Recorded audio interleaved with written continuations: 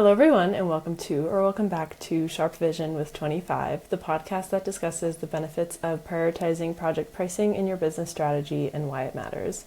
Today I'm joined with John Tukker, SVP of Regulated Industries at Cognitus, and Richard Minnie, our co-founder and CPO at 25, to discuss pricing strategies for aerospace and defense firms and how they can build agility in the new era of government contracting that we're in. So, John, we'd love to hear a little bit about your background and how you ended up where you are today professionally. If you could share a little bit about that. Well, thanks, Jenny. Delighted to join this today Of course. to, Thanks for being here. discuss how overall we can be way more agile and responsive to the needs of our federal government. I think that's what the topic is today. How did I get here? That's always interesting, right? So way back early on, I think it was early 90s, I started with Anderson Consulting. Went to, St. Charles up in Chicago, my very first trip to the United States. I was very, very excited. I still have a Wow. picture landing my first step onto soil in the United States of America. It's always been a dream of mine, so that was great. So I Nice. did that for 3 weeks, got back into the office, and then my manager says, "Hey, welcome back, John. So now you're going to do SAP." I said, "We're going to do what now?" We're going to do SAP, and you got 4 weeks before our client comes in, and you have to conduct training and do that. So fast forward, I got an assignment late 90s for the United States. I got to Phoenix where I stayed. And then I joined a company called Honeywell Aerospace that were embarking on their big, big transformation, migrating their global business onto an SAP footprint. And ever since, I've worked in aerospace and defense because it's a fascinating industry to me. It's got complexity, it's global, it's got a noble cause to ensure that we keep flying and keep us safe. Mm. And enjoy it every day, still today, with the challenges that we have had. So, kind of a bit of a background where I'm at, why I got here, and looking forward to every day as I work in this industry.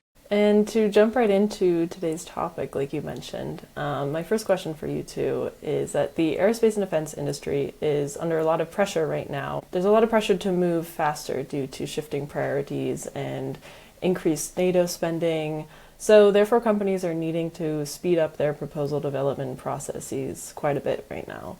What changes do companies need to make right now to stay on top of that pressure, would you say?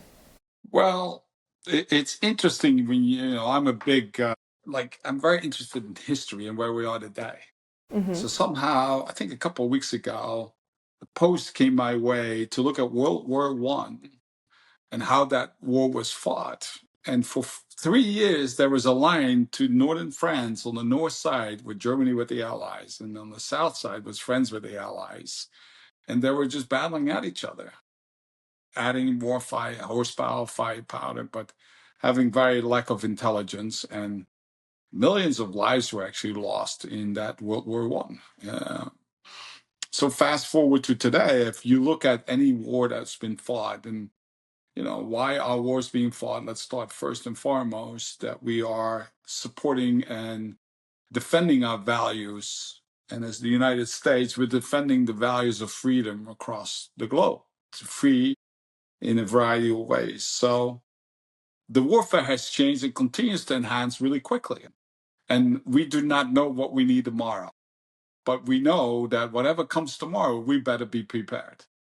So the ask is to those that are supporting that industry, and that's what we're working, to make sure that we are agile in that demand. So when the request comes from our Department of Defense, whether it be technology, whether it be information, whether it be security, whether it be whatever it comes out of there, that the network of companies supporting that is quickly to answer that, be innovative, to find a solution, whatever that might be, come back with cost and pricing and engage with that quickly and fast. Interesting enough, a lot of these large entities that support our Department of Defense, like Northrop Grumman and Lockheed Martin and RTX and Honeywell Aerospace, have what I would call antiquated processes and systems to meet that demand.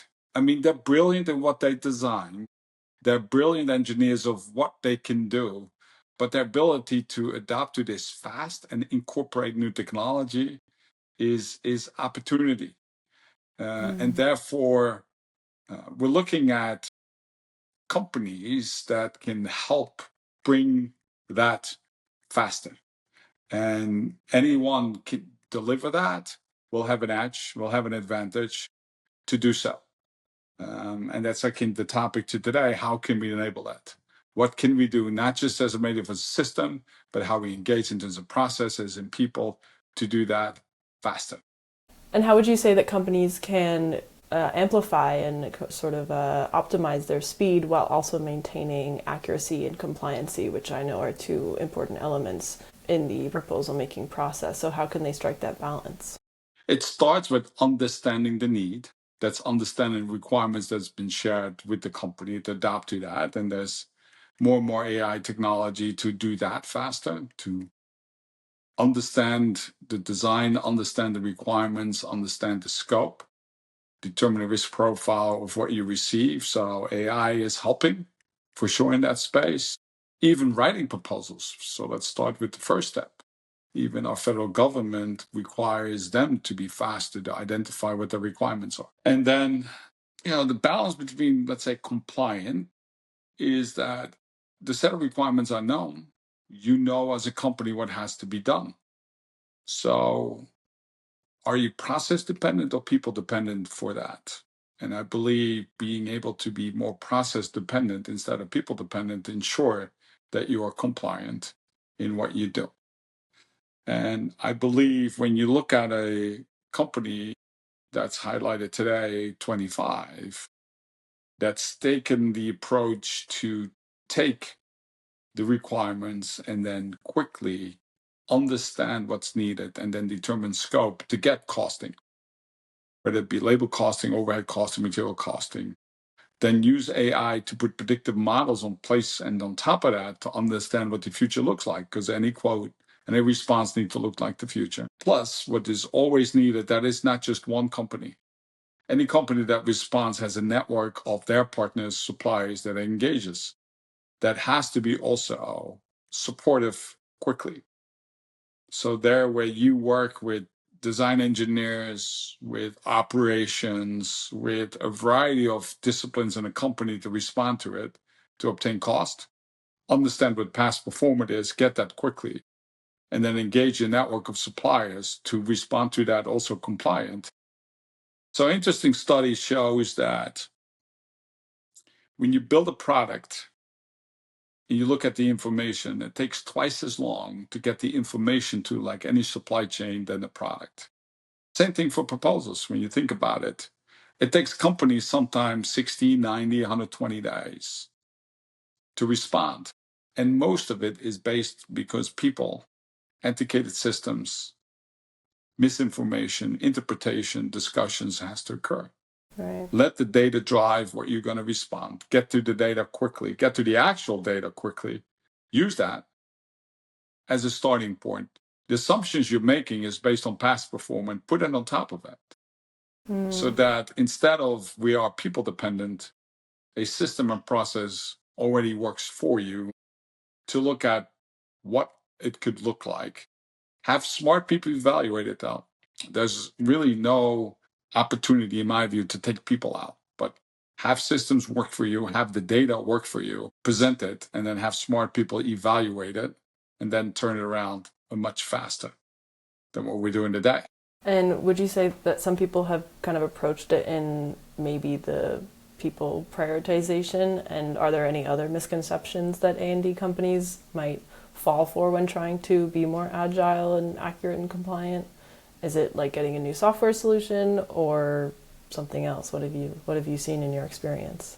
Well, when I was working for a pretty large aerospace and defense company, the program was led by someone that was like a general manager. So it's been in the business for a long, long time, but was also pretty passionate about what IT can do for the business. But his statement was, no software is going to solve our problem, which I to date agree. No software is going to solve your problem. Will it facilitate? Will it drive? Will it enable? Absolutely change and therefore improvements. It's not just the software. So When people look at what they do today, it's about the process, it's about the people, it's about the data that you're using. So when you holistically look at improving overall performance, it's at times a new solution that drives that. But can we help by making the data more accurate? Yes. Can we make sure that the data is really true, actual data that you don't look like, not massaged or anything else? Can we look at a process, how we review it and improve it? How do we make estimates in what you do? But making it more visible than anything else is accurate. And I would argue that if you look at the largest A&D company and look at how many systems are involved to turn around a complex proposal, it sits somewhere between the 20 and 40 systems today to do so, which makes it very complex. When you look at the average turn time on proposals, I would argue it sits somewhere between the 60 and 120 days at least. And it's not good enough anymore. And the saying goes, if you keep doing what you're doing, you keep getting what you're getting. And I think that the vision that, as we talk more about 25, put to bear is been successful. And therefore, it gains more interest and more engagement of those that are accountable from a business side. It's shown that you can turn things faster. You can use AI to build better pricing models. You can be less people dependent. And therefore, you create a competitive advantage for those companies that adapt to that, not just to the software, but the way of thinking and the way of acting.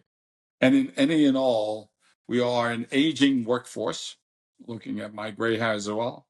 Those that are working in this industry are used to a certain way of working because that made them successful, which needs to change because that what made you successful yesterday is not going to make you successful tomorrow. So there's always resistance. I mean, interesting enough, not just for this area, but people are creatures of habits. We like what we like, and we a tendency don't like what we don't know. But when you start with the end in mind, in order for us to be more successful and defend what we have today, we have to be faster, more agile, more adaptive, and therefore we got to do better what we do today. I think that's a very true statement. Any and all companies I have this discussion with, there's a generic feedback when they state it takes us too long. The data that we're using is not accurate. We don't have clear accountability to do so. We can't trace why we made certain assumptions to get to these proposals. At the end of the day, when you get awarded, how do you know that what did you really win? What's the business that you really win so that you can execute successful? So there's a common theme in our industry with these related topics that I think definitely 25 can add value and improve what we do today in our industry. Richard, do you have anything to add? Pretty much backing up what John's been saying. So it's a very regulated industry. It's an aged workforce. It's very safety conscious. So it's natural that the aerospace and defense industry would be behind other industries in terms of technology adoption. And it is behind. Ironically, that's kind of working in reverse a little bit because a lot of these firms have implemented SAP systems 20 years ago, and they're still running on the same systems. Whereas in other industries, oil and gas, perhaps pharmaceutical, etc., they've all upgraded to the later systems. The aerospace and defense firms have not. So they're running on the old systems that are 20 years old, very customized, heavily customized, and now they're facing the prospect of an upgrade. So they're actually going through a major transformation. A lot of these firms, over the next 10 years, not immediate, but over the next 10 years, they're going through a major transformation. And that means two things. It means they look at everything they do internally, everything's on the table. And as John said, the ability to respond to new demands from the customer, from the government, from prime contractors, from foreign military sales, etc., is more important than ever, and to be able to do that quickly. So they need to look at that and the ability to be compliant. There's been a lot of information, a lot of fines issued, more than $1 billion in fines issued in the last 2 years alone for non-compliance in pricing and other aspects of contracting. So the need is there. And now, since they're all upgrading their software, there's also a facilitation because as you upgrade the software, you look at all the tools you have. So 25 is kind of in the right place at the right time. It's in a place where the market need is present. It's in a place where the technology has stepped forward a lot in terms of AI and ML, machine learning for pricing optimization, and artificial intelligence for RFP ingestion and text response generation. And also the fact that the SAP systems that they're using are generally being upgraded. That leads perfectly into my next question for you, is that you talked about SAP being kind of one of the foundations for a lot of aerospace and defense firms right now, but they're needing to upgrade. But what about some of SAP's partners? I know Twenty5 is one and Cognitus is one. How do these partners expand the value for A&D firms beyond SAP's realm to improve the process scalability, data clarity, and responsiveness? We can talk about this topic for at least another hour. Yeah, SAP can't do everything. And that's actually one of SAP's strengths. They recognize their own limitations. Whether it was implementing, they engaged partners very early on, and all the big four consulting firms make about a third of their revenue out of SAP, or whether it's in the software, where they built industry solutions and forged partnerships. They can't be all things to all people. They cover so many different industries, so many different sizes of companies. So they do turn to partners, especially in, let's be honest, aerospace and defense is a niche industry, especially in a niche industry like aerospace and defense. They look to partners such as Cognitus and Twenty5. What Cognitus does is it meets the gaps around contract lifecycle management and government billing, government property. And what Twenty5 does is it meets the gaps around bid and proposal and award. We are very complementary. Before the contract is awarded, Twenty5 can take the lead, and then after the contract's awarded, Cognitus takes the lead, and we both integrate seamlessly with SAP. So it becomes a solution to the market where the customer can not worry about the technology that much, doesn't have to worry about how to integrate everything together. The vendors take care of that, and that's SAP's strategy. And I think you'd agree, John, that's a successful strategy in the market once the customers get used to it. Just to kind of add to what Richard was saying, if I give you just some statistics about the aerospace and defense industry, right? It's three main topics. It's aviation, it's defense, and it's space. When you look at space, the growth is twice what the nominal growth is in any industry. So there's a lot of upside for space. When you look at aviation, when you look at the fact that out of the world population, only 20% has ever set foot on a plane. That means 80% have not. And most of the growth will come out of China and India because that makes up, 30% of our world population. And the only way to reach the fact that you can fly is you reach middle class. So the expectation is that in the next 10 years, 60% of our world population reaches middle class. Hence, the two major airlines out of India just ordered 500 Airbuses and 500 Boeings to start, supporting that market. So still a lot of upside in aviation. And the support is out of Europe, Airbus, and then US, Boeing. And then the uniqueness where, Twenty5 or Cognitus supply in the defense. Half the defense spend is out of the United States. And then in addition, the spend that other countries within NATO do, 60% of the spend has related to products that are built in the United States. When you look at the awards given by the Department of Defense and then globally, about $400 to $500 billion worth of contracts are awarded. Think about the magnitude. Let's make it simple, right? $500 million. So $500 billion, right? I think there's 12 economies in the world that have more than $1 trillion of GDP. So that's the magnitude of industry. I give just some numbers just to play around. However, there is a unique work stream for defense contracts. I'd say 70 to 80% of that is supported by SAP, the way it's been delivered. When you design a product, build a product, ship a product, maintain a product. And then 20 to 30% is unique to the market, to the industry. And then it's been supported by Cognitus and Twenty5.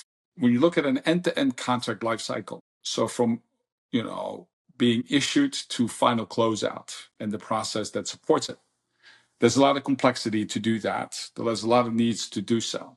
And I think I shared it earlier. An interesting statistic is that the top 25 aerospace and defense companies generate $450 billion worth of revenue, and it takes them 84 days to collect their money, their day sales outstanding. So when I ship a product or I ship a service, it takes about 85 days before I get paid on average. The federal government has a payment term of 30 days. So what went wrong there? Between I have a payment term for 30 days. So those top 25 companies have $125 billion sitting on their balance sheet that doesn't do anything other than wait till I get paid. Think about if we can put that cash to work again in this industry. Can we put it to work to design new product? Right? Can we design to lower our cost? And everybody has played the game of telephony when you sit with friends and you got 6, 7 people and you say something and it always, when you do one sentence, at the end it's different. So when a contract gets awarded with all the details, at the end when the invoice is issued, it's different than what it should be. And I think tools and solutions like 25 that take the actual RFP related back to a controlled response is a first step, ensuring that the response is compliant exactly to the needs. So that's the first step. Then when the contract gets awarded, Cognitus takes that and use AI technology to exactly set up the contract correctly to execute with all the project structures, the clauses, to do that. And then they have developed a new billing engine to monitor cost and actual postings to these contracts real time at any moment to ensure that program management can evaluate and look at this, that it's correct. And at the end, we can use even AI learning to understand disputes, to go back and proactively identify issues. So I'm sure that for the industry, for the companies itself to put their cash to work instead of sitting there idle, waiting for payments, that with an end-to-end vision between SAP, company like 25 that does the pricing and estimating, Cognitus that does the contract ingestion and the billing and the collections, there's an opportunity to take billions and billions and billions of cash towards the company to even make them more successful. So it's a bit long-winded answer, but to give you an idea of where I believe opportunities are and what still makes me excited every day to work with our partners and with SAP, really to make us better and to improve what we do. No, thank you for sharing. That's, I think, great to paint the whole picture and get the understanding, kind of understand what's actually happening right now, where the problem areas, and how partners like Cognitus and 25 come into play to streamline the whole process, and firms can be doing things much more efficiently, it seems, and we just need to kind of take action on it.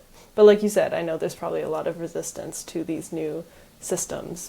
Well, it's the system, the process, right? People, and I go with people.